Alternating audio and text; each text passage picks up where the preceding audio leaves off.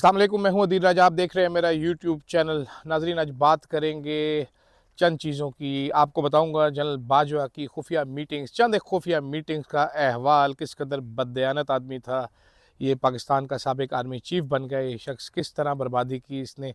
चंद छोटी छोटी बातें बताऊंगा। साथ ही साथ आपको बताऊंगा इमरान खान के ऊपर तहरे कत्ल की, 3 कत्ल की एक FIR बुशरा बीबी, इमरान खान और तहरीक इंसाफ की कुछ क़यादत पे की गई, उसकी हकीकत क्या है। उस FIR की आज़ाद सईद साहब उसमें क्या एक्सपोज कर चुके हैं और मज़ीद उसमें क्या मज़ाक़ा खेज़ चीज़ें लिखेंगी। और साथ ही साथ एक ऐसी हुकूमत की कहानी जो अपनी मर्ज़ी से अपना नाक साफ़ नहीं कर सकती, वो मुज़ाकरात क्या करेगी। मैं जो पंजाबी में कहते हैं ना, नक पूंझ नहीं सकते पूछे बगैर, तो वो मुज़ाकरात क्या करेगी वो भी कन्फर्म हो चुका है। सबसे पहले नाज़रीन बात करते हैं FIR की।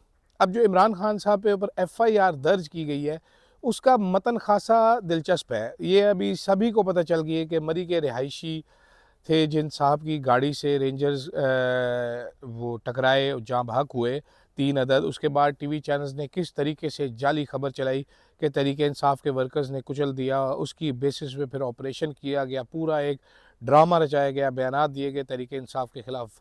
आखिर में फिर गोलियाँ चली, बंदे मर गए। ये खूनी मीडिया का फिर भी सुकून नहीं आया इनके दिल को।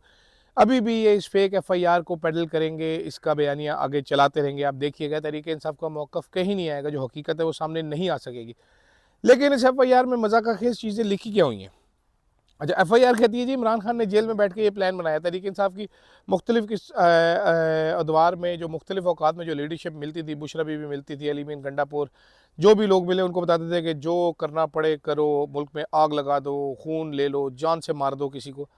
ये कहाँ हुआ है। जेल में इमरान खान की हर वीडियो रिकॉर्ड होती है, हर मुलाकात रिकॉर्ड होती है। अगर हुआ होता है ऐसा तो ज़रूर ये रजीम जो है उसकी वीडियो जारी कर चुकी होगी। अभी तक आपको ऐसी कोई ऑडियो वीडियो सुनने को नहीं मिलेगी।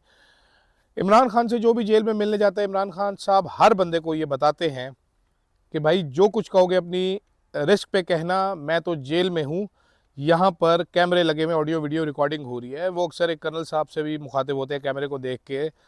सबको पता है, हर जो वकला जाते हैं उनको भी बताते हैं कि भाईजान हर चीज़ रिकॉर्ड हो रही है। तो ऐसे में आपको लगता है कि इमरान खान साहब जेल में बैठ के ये प्लान बना रहे हैं।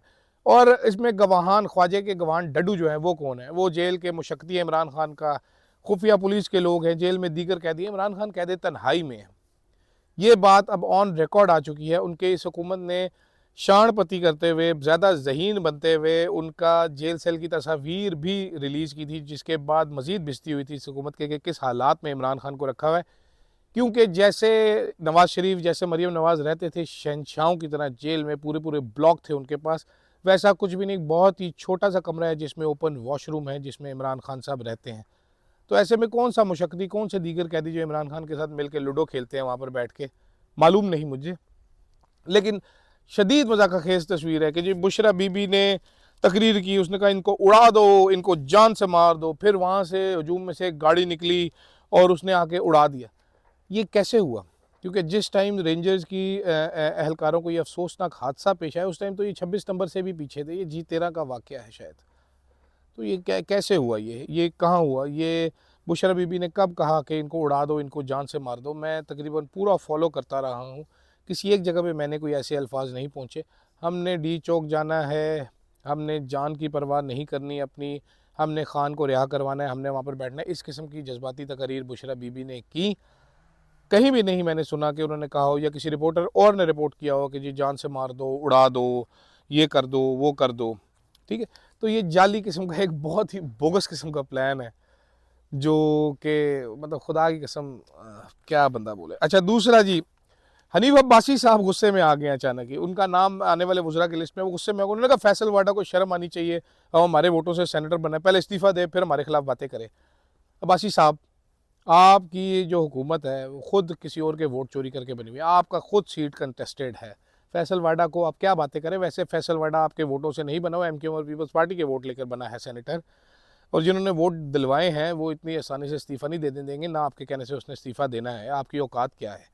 आपकी हुकूमत की हालत ये है कि इनका नाक बह के मुंह में जा रहा हो तो ये उसको पोंछने की सलाहियत नहीं रखते, साफ़ करने की। उसके लिए भी शहबाज शरीफ साहब देखते हैं पिंडी की जानिब के, सर मैं नोज़ी साफ़ कर लूँ अगर इजाज़त हो तो आपकी।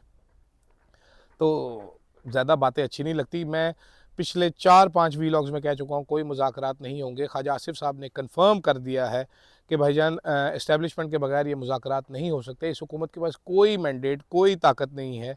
एट बेस्ट ये गवर्नमेंट प्रोटोकॉल एंजॉय करने के लिए, अपनी अय्याशियों के लिए, जैसे मरीम नवाज़ चाइना का एक दौरा कर रही हैं, वहाँ पर मुख्तलिफ चाइनीज़ कंपनियों से मुलाकातें कर रही हैं। बल्कि एक ऐसी तस्वीर जो DGPR ने रिलीज़ की लाहौर की, मरीम नवाज़ खड़ी हैं तालाब में, रंग बिरंगी मछलियाँ देख रही हैं। ये हमारी CM का हाल है पाकिस्तान के सबसे बड़े सूबे की, कि वो मच्छियाँ देख रही हैं चाइना में जाके। कोई एक ओहदेदार बड़ा जो उनसे मिला हो, मुझे ज़रूर आप लोग कमेंट करके नाम बताइएगा कि कौन सा बड़ा तीसमार खान मरीम नवाज़ को चाइना में मिला है।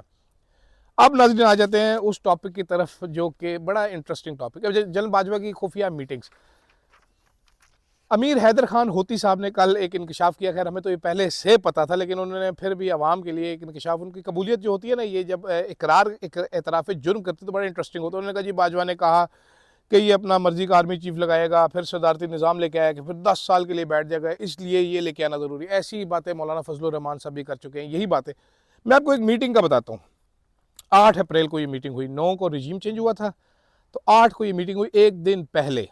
इसमें तहरीक इंसाफ के चंद वुज़रा उस वक्त के शामिल थे, जिसमें अली जैदी साहब भी थे, इसमें असद उमर साहब भी थे, इसमें शाहिद शाह महमूद कुरैशी साहब भी थे, जिसमें जनरल बाजवा ने कहा यार वो देखो, मैं आपको बड़े ऑथेंटिकली बता रहा हूँ, ये पिंडी में मीटिंग हुई थी। बाजवा साहब ने कहा यार वो देखो, वो नहीं मान रहे, तुम इसको लीगली फाइट करो ना, इमरान खान को समझाओ कि वो होने दे, छोड़ दे, इस्तीफ़ा दे दे, चला जाए, मैं इनको बाद में देख लूँगा, एक एक को पकड़ के जेल में डाल दूंगा, ये चोर हैं, ये करप्ट हैं सारे, मैं इनको छोड़ूंगा नहीं। ये मैं आपको बड़ी ऑथेंटिसिटी से बता रहा हूँ किस तरीके से धोखा देता रहा इमरान खान।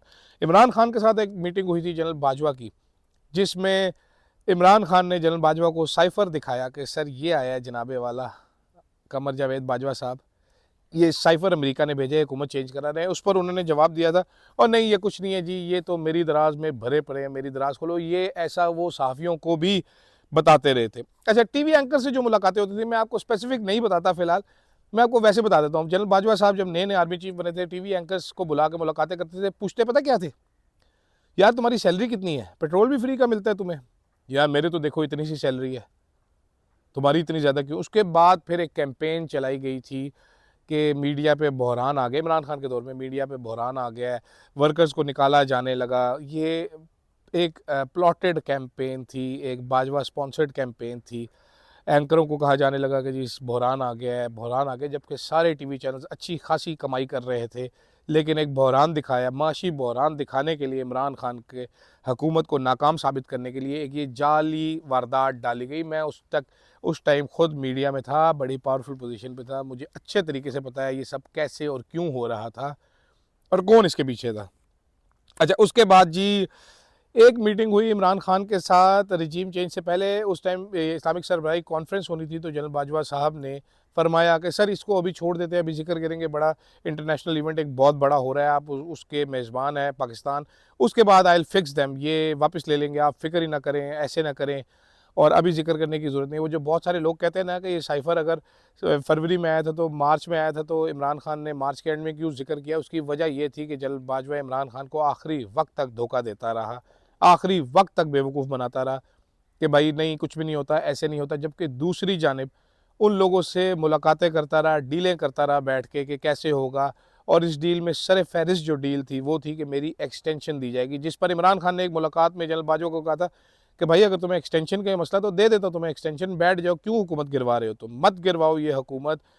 इसीलिए उन्होंने शौकत तरीन साहब को जनरल बाजवा साहब के पास भेजा था। शौकत तरीन ने जनरल बाजवा से पिंडी में मुलाकात की थी, उसको समझाया था कि सर ये गवर्नमेंट आप गिरा रहे हैं, कंटिन्यूटी टूट जाएगी, बड़ा बुरा होगा। नहीं नहीं नहीं नहीं, ये नहीं, ये ऐसे नहीं, वैसे नहीं, वैसे नहीं। मसला क्या था, मसला ये था कि बाजवे का कद खुद बहुत छोटा था इमरान खान के सामने, जो बॉस था इमरान खान का। बाजवा शायद मेरी पर्सनल ओपिनियन, शायद शर्मिंदगी भी महसूस करता था इमरान खान से। इमरान खान दूसरे आर्मी वज़ीर आज़मों की तरह, जिस तरह शहबाज शरीफ साहब आर्मी चीफ को पोर्च में रिसीव करने चले जाते हैं और सलूट भी उनका निकल जाता है, वैसे नहीं किया करता था। वो वीडियो तो आपने देखी होगी, SPR ने रिलीज़ की थी, सलूट पे सलूट इमरान खान को पड़ रहे हैं। तो वो जो ऑरा जिसकी आजकल की नई जनरेशन बात करती है, वो शायद बहुत ज़्यादा फ़र्क था। अच्छा, बाजवा साहब इसके अलावा बुशरा बीबी के बहुत खिलाफ थे। ये जो कैंपेन लॉन्च हुई, बड़ी बड़ी एंकर जो बुशरा बीबी के खिलाफ बातें करते थे, ये बाजवा स्पॉन्सर्ड थी। एक दफ़ा बनीगाला में एक मीटिंग हुई थी, जिसके बाद बाजवा ने चंद एंकर्स को कहा था कि यार मैं तो जब भी उधर जाता हूँ मेरी तबीयत ही ख़राब हो जाती है, बुशरा बीबी पता नहीं कुछ पढ़ के फूका होता है उसने, क्या होता है। ऑथेंटिक बता रहा हूँ आपको, चंद एंकर्स को कहा था।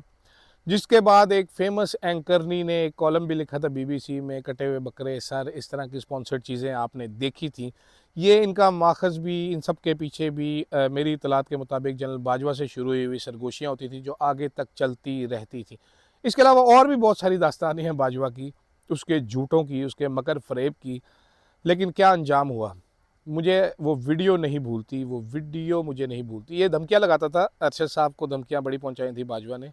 वो कौन था, स्टोरी के बाद बड़ा एक पहुँचाया था कि तुमने मेरे पे स्टोरी किया है, वो पीछे मेरी शक्ल है, बड़ी चीखम पुकार मचाई गई थी। उसकी डिटेल्स आने वाली किसी वीलॉग के लिए रख देते हैं, फ़िलहाल आज यहाँ तक महदूद करते हैं। लेकिन फिर जो मैं कह रहा था कि मुझे आज तक भूलता नहीं है, वो वीडियो नहीं भूलती, जब एक अफ़गान लड़का सामने खड़ा था और कहा, और नहीं यार मैं नहीं हूँ आर्मी चीफ़, थड़े पे बैठा हुआ था, मैं आर्मी चीफ़ नहीं हूँ, मुझे माफ़ कर दो। ये थी कुल औकात, ताकत जब ख़त्म हुई पाकिस्तान से बाहर थे। पाकिस्तान में ये लोग धाड़ते हैं, चिंगाड़ते हैं, उठाते हैं लोगों को, FIRs करवाते हैं। बाहर जाके ये हाल हुआ था बाजवे का बाद में, और ये इबरतनाक अंजाम था अगर सोचा जाए तो। मज़ीद इबरतनाक अंजाम ये है कि आजकल डिप्रेशन में है मौसूफ़, गोल्फ़ खेलने जाते हैं, वहाँ पर जाके लोगों को बताते हैं मेरे साथ पाकिस्तानी कौम ने अच्छा नहीं किया, मैंने इस मुल्क की बड़ी खिदमत की है, मुझे क्या अंजाम मिला। पब्लिक में मुंह नहीं दिखा सकता बाजवा, पब्लिकली जाता नहीं है कहीं, गार्डों के अलावा मूव नहीं कर सकता, ज़्यादा घर से निकल नहीं सकता। बस पूरा दिन अपने टाउट एंकरों को मैसेज करते रहते हैं, कुरान जेब में रख के फिरते हैं कि जहाँ मौका मिले झूठा कुरान उठा लूँ। जैसे कि मोहम्मद मालिक और मुजीबुर रहमान शामी के सामने किया, वैसे ही स्टंट और भी करते रहते हैं। फ़िलहाल के लिए नाज़रीन इतना ही, इजाज़त दीजिएगा, अल्लाह हाफ़िज़।